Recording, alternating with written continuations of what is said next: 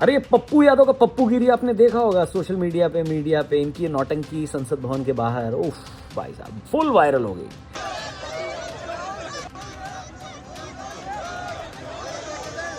लेकिन दोस्तों क्या है ना, इंडियन पॉलिटिक्स में सिंबलिज्म और प्रोटेस्ट हमेशा से एक गहरा इफेक्ट रहा है। पर जब ये प्रोटेस्ट किसी पर्टिकुलर रिलीजन की आस्था, उनके सिंबल्स और मेजॉरिटी समाज की भावनाओं को आहत करने लगे, तो ये केवल एक राजनीतिक स्टंट नहीं रह जाता, बल्कि एक गहरी सोशल और आइडियोलॉजिकल प्रॉब्लम बन जाती है। रिसेंटली सांसद पप्पू यादव ने संसद के बाहर जो किया, उसने कई सारे सवाल खड़े किए। आइए बात करते हैं। संसद में अखिल ब्रह्मांड नायक मर्यादा पुरुषोत्तम भगवान श्री राम चंद्र जी के स्वरूप को प्रदर्शित किया, वो असहनीय अक्षम्य है। क्या डेमोक्रेसी में, लोकतांत्रिक व्यवस्था में, प्रजातंत्र में इस प्रकार से सनातन का अपमान माननीय सांसद करेंगे? क्या ना 31 जुलाई को पप्पू यादव भगवा कपड़े और रुद्राक्ष की माला पहनकर संसद के बाहर पहुंचे। उन्होंने वहां एक डोनेशन बॉक्स लिया और राम मंदिर में चढ़ावे में चोरी का नाटक किया। नाटक में राहुल गांधी जी ने चंदा डाला, पप्पू यादव उसे चुराते भागते दिखे।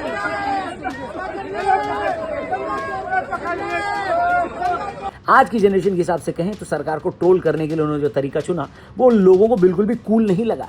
लोगों का मानना है कि किसी घोटाले का विरोध करने के लिए साधु संतों की पवित्र वेशभूषा पहनकर मजाक उड़ाना सनातन धर्म का सीधा अपमान है। आज प्रियंका, राहुल गांधी और समूचा विपक्ष संतों का, भगवा का, सनातन का अपमान करता चला आ रहा है। वो भी वो आदमी कर रहा है जिस पर कई क्रिमिनल केस चल रहे हैं। एक बार एक माफिया ने इनको बस धमका दिया था कि इनका बीपी लो हो गया था। ऐसे क्रिमिनल बैकग्राउंड वाले पप्पू का इतिहास देखते हुए लोग कह रहे हैं कि भाई उसका साधु बनना लोगों को मॉडर्न रावण जैसा लगा, जो अपने छिपे हुए मंसूबों के लिए संत का भेष धरता है। बताओ। इस स्टंट के बाद हरिद्वार के संतों और विश्व हिंदू परिषद ने कड़ा विरोध जताया। लखनऊ में विश्व हिंदू रक्षा परिषद ने उनके खिलाफ प्रदर्शन किया, कड़े कानूनी एक्शन की मांग भी की। दिल्ली और वाराणसी में पप्पू यादव, राहुल गांधी और सपा सांसद अवधेश प्रसाद सहित कई नेताओं के खिलाफ धार्मिक भावनाएं आहत करने की पुलिस शिकायत भी दर्ज की गई। बढ़ता बवाल देख पप्पू यादव ने इंस्टा पर पूजा पाठ करते हुए अपना एक वीडियो भी डाला। उन्होंने सफाई दी कि वे सनातन धर्म या साधु संतों के नहीं, बल्कि चंदा चोरों के खिलाफ है, जो आस्था के नाम पर लूट कर रहे हैं। मामला बढ़ता देख अब विपक्ष भी इस बवाल से किनारा कर रहा है। समाजवादी पार्टी के दिग्गज नेता राम गोपाल यादव ने भी साफ कहा कि पप्पू यादव का संतों के वेश में यह ऐसा प्रदर्शन करना बिल्कुल गलत था। उन्होंने कहा कि राम मंदिर में हुई किसी भी चोरी से संतों का कोई लेना देना नहीं, इसलिए ऐसा नाटक बिल्कुल नहीं होना चाहिए था। जो राम मंदिर में चोरी हुई है उससे संतों का कोई वास्ता नहीं, तो वो तो बेसिकली गलत चीज थी, होना नहीं चाहिए था। विपक्षी नेताओं को देखिए अक्सर ये भ्रम होता है कि इस प्रकार के थिएट्रिकल परफॉर्मेंसेस करके वे बहुत कुछ कूल, क्वर्की या मजाकिया लग रहे हैं। उन्हें लगता है कि इससे जनता का ध्यान वो खींच लेंगे और सत्ता पक्ष को घेरने में सफल होंगे। लेकिन रियलिटी ये है कि ऐसे एक्ट उन सभी लोगों को गहराई से हर्ट करते हैं जो सनातन धर्म के रियल एसेंस को समझते हैं। तांत्रिक अपराधी इन किन प्रकार चुनाव जीत करके पहुंच जाए और भगवा वस्त्र में बैठ जाए, ये हम कतई स्वीकार नहीं करेंगे। बिना शर्त पूरे देश के हिंदुओं से सर झुका के माफी मांगो। अब इसी महीने की शुरुआत में पप्पू यादव दिल्ली के अपने घर पर प्रेस कॉन्फ्रेंस कर रहे थे। इसी दौरान यूपी के बुलंदशहर से आए दो लोग, सुमित और हैप्पी शर्मा, उनके घर पर पहुंचे। उन्होंने सांसद से तीखे सवाल किए कि उन्होंने संसद के बाहर चंदा चोरी का स्वांग रचकर साधु संतों और भगवान राम का अपमान क्यों किया। हैप्पी शर्मा के अनुसार सवाल सुनते ही पप्पू यादव और उनके समर्थक आग बबूला हो गए। इसी नोकझोंक के बीच सुमित ने पप्पू यादव पर चप्पल या जूता फेंक दिया। इसके तुरंत बाद पप्पू यादव के समर्थकों ने सुमित को पकड़ा और जमकर धुनाई की। हैप्पी शर्मा ने बताया कि समर्थकों ने उन्हें खूब मारा पीटा और पीटते पीटते गेट तक ले आए। हैप्पी तो किसी तरह अपनी जान बचाकर वहां से निकले, लेकिन सुमित को समर्थकों ने वहीं पकड़कर कैद किया और बाद में पुलिस के हवाले किया। पप्पू यादव ने मीडिया के सामने दावा किया कि सुमित चाकू लेकर आया था और हत्या करना चाहता था उनकी। हालांकि हैप्पी शर्मा ने इसे झूठा बताते हुए कहा कि चाकू को बाद में फंसाने के लिए पुलिस और मीडिया के सामने रखा गया। ये पहली बार नहीं जब पप्पू यादव का सामना इस तरह के कड़े विरोध से हुआ। इतिहास में ऐसे कई मशहूर किस्से दर्ज हैं जो बड़ी बड़ी बातें करने वाले इस नेता की धमकियों और हमलों के आगे घिघी बन गई और वो सरेआम रो भी पड़े। सितंबर 2018 की बात है जब SC/ST एक्ट में हुए संशोधन के विरोध में सवर्ण संगठनों ने भारत बंद बुलाया था। बिहार में इस बंद का काफी एग्रेसिव असर देखने को मिला। इसी दौरान पप्पू यादव के काफिले पर कुछ लोगों ने अटैक किया। हमले से घबराए पप्पू यादव ने इसे तुरंत सोशल मीडिया पर एक वीडियो शेयर किया। वो फूट फूट कर रो रहे थे। रोते उन्होंने अपनी बेबसी कुछ यूं जाहिर की कि मैंने जिले के SP को फोन किया, IG को फोन किया, CM को फोन किया, मगर किसी ने मेरा फोन नहीं उठाया। हम लोगों ने कभी जात पात नहीं किया, हम पैर पकड़ते पकड़ते थक गए, लेकिन पीछे से सब जगह से मारना शुरू कर दिया। ऐसे ही बाहुबली छवि दिखाने के चक्कर में पप्पू यादव ने एक बार दावा किया था कि वे कुख्यात लॉरेंस बिश्नोई गैंग का सफाया कर सकते हैं। लेकिन अक्टूबर 2024 में जब उन्हें कथित तौर पर बिश्नोई गैंग से जान से मारने की धमकी मिली तो उनके सुर तुरंत बदल गए।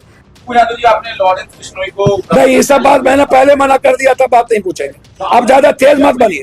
पप्पू यादव का खुद का इतिहास कई क्रिमिनल केसेस और हिस्ट्री शीटर से जुड़ा हुआ है। ऐसे में उनका एक पवित्र साधु या बाबा का रूप धारण करना अपने आप में एक बहुत बड़ा कॉन्ट्रडिक्शन है। इस इंसिडेंट की तुलना रामायण के उस कॉन्टेक्स्ट से की जा सकती है जहां रावण ने मां सीता का हरण करने के लिए छल से एक साधु का वेश धारण किया। आज के रेफरेंस में इतने गंभीर केसेस का, मुकदमों का सामना कर रहे आदमी का संत का नाटक रचना ठीक उसी मॉडर्न रावण के ट्रेंड को दर्शाता है जो अपने सेल्फिशनेस के लिए पवित्र वेशभूषा का मिसयूज करता है। पप्पू यादव का नाम दशकों से बिहार के बाहुबली नेताओं में गिना जाता है। 2024 के लोकसभा चुनाव में चुनाव आयोग को दिए गए अपने हलफनामे के अनुसार उनके ऊपर 41 आपराधिक मामले पेंडिंग हैं। 19 के चुनावों के बाद ये नंबर 31 था, जो साफ रूप से उन पर मुकदमों के बढ़ते ग्राफ को दिखाता है। इन मामलों में बेहद संगीन धाराएं भी शामिल हैं। पप्पू यादव पर आईपीसी की धारा 307 यानी मर्डर की कोशिश, धारा 365 यानी अपहरण के तहत कई मामले दर्ज हैं। जबरन वसूली, डकैती की धारा 395 और धोखाधड़ी जैसे गंभीर आरोप भी उनके ऑफिशियल रिकॉर्ड का मेन हिस्सा है। लीथल वेपन्स के साथ दंगा भड़काने, पुलिस या सरकारी कर्मचारियों पर हमला करने, उन्हें बंधक बनाने और पब्लिक पीस भंग करने के भी कई दर्जन मामले उन पर चल रहे हैं। 1998 में सीपीआईएम के कद्दावर नेता अजीत सरकार की हत्या के मामले में पप्पू यादव को 2008 में उम्र कैद की सजा सुनाई गई थी। हालांकि 2013 में पटना हाईकोर्ट ने सबूतों के अभाव में उन्हें बरी किया, लेकिन सीबीआई ने इस फैसले को सुप्रीम कोर्ट में चुनौती दी हुई है। सांसद बनने के कुछ ही दिनों बाद पूर्णिया के एक बड़े फर्नीचर बिजनेसमैन ने पप्पू यादव और उनके सहयोगियों पर 1 करोड़ की रंगदारी मांगने और उन्हें जान से मारने की धमकी देने की एफआईआर भी दर्ज कराई है। अब ध्यान दीजिएगा कि पहले देश का ऑपोजिशन इस नाटक में शामिल था। खुद राहुल गांधी ने उन्हें डोनेशन दिया। उस दौरान समाजवादी पार्टी के नेताओं सहित विपक्ष के कई नेता वहां खड़े होकर हंस रहे थे, उनका पूरा साथ दे रहे थे। अयोध्या के एमपी समाजवादी पार्टी के नेता अवधेश प्रसाद का पैर तक पप्पू यादव ने संत के भेष में छुआ। कई एक्सपर्ट्स का कहना है कि राहुल गांधी और विपक्ष को ऐसे व्यक्ति का हिस्सा बिल्कुल नहीं बनना चाहिए था। एक ऐसा इंसान जिसका खुद का क्रिमिनल रिकॉर्ड रहा हो, जिस पर कई केस चल रहे हो, जिसे उम्र कैद तक की सजा मिली हो, उसका खुल्लम खुल्ला सपोर्ट करना कई गंभीर सवाल खड़े करता है। ऐसे अपराधी के साथ खड़े होकर क्या आप सीधे तौर पर यह दिखाना चाहते हैं कि आप हिंदुओं और भगवान राम के विरोध में? ये साफ रूप से एक बहुत बड़ा दोगलापन है। जब एक तरफ चुनाव आते हैं तो आप जनेऊ पहन लेते हैं, मंदिर जाने लगते हैं, खुद को बड़ा भक्त साबित करने की कोशिश करते हैं, लेकिन फिर पॉलिटिकल फायदे के लिए आप ऐसी हरकतें भी कर बैठते हैं। ये साफ दिखाता है कि चुनाव के टाइम पर आपका जो भक्ति भाव वाला जो एलिमेंट है वो केवल दिखावा है, असल में पूरी तरह से सिर्फ वोट बैंक की राजनीति है। मुद्दा गरमाया तो ऑपोजिशन ने पप्पू यादव से दूरी बनाने की कोशिश चालू कर दी। पप्पू यादव से दूरी बनाने के पीछे केवल उनका क्रिमिनल रिकॉर्ड नहीं, बल्कि उनके ही हाल ही में बिना सोचे समझे किए गए कुछ ऐसे काम भी हैं जिन्होंने ऑपोजिशन को अनकंफर्टेबल किया है। इस बढ़ते तनाव को देखते हुए विपक्ष ने खुद को इनसे अलग किया। सबको पता है पप्पू यादव वोट दिलवा पाएंगे या नहीं, लेकिन कटवा जरूर देंगे। पर सवाल ये है कि क्या वो जनता को ये समझा पाएंगे कि ये सच है।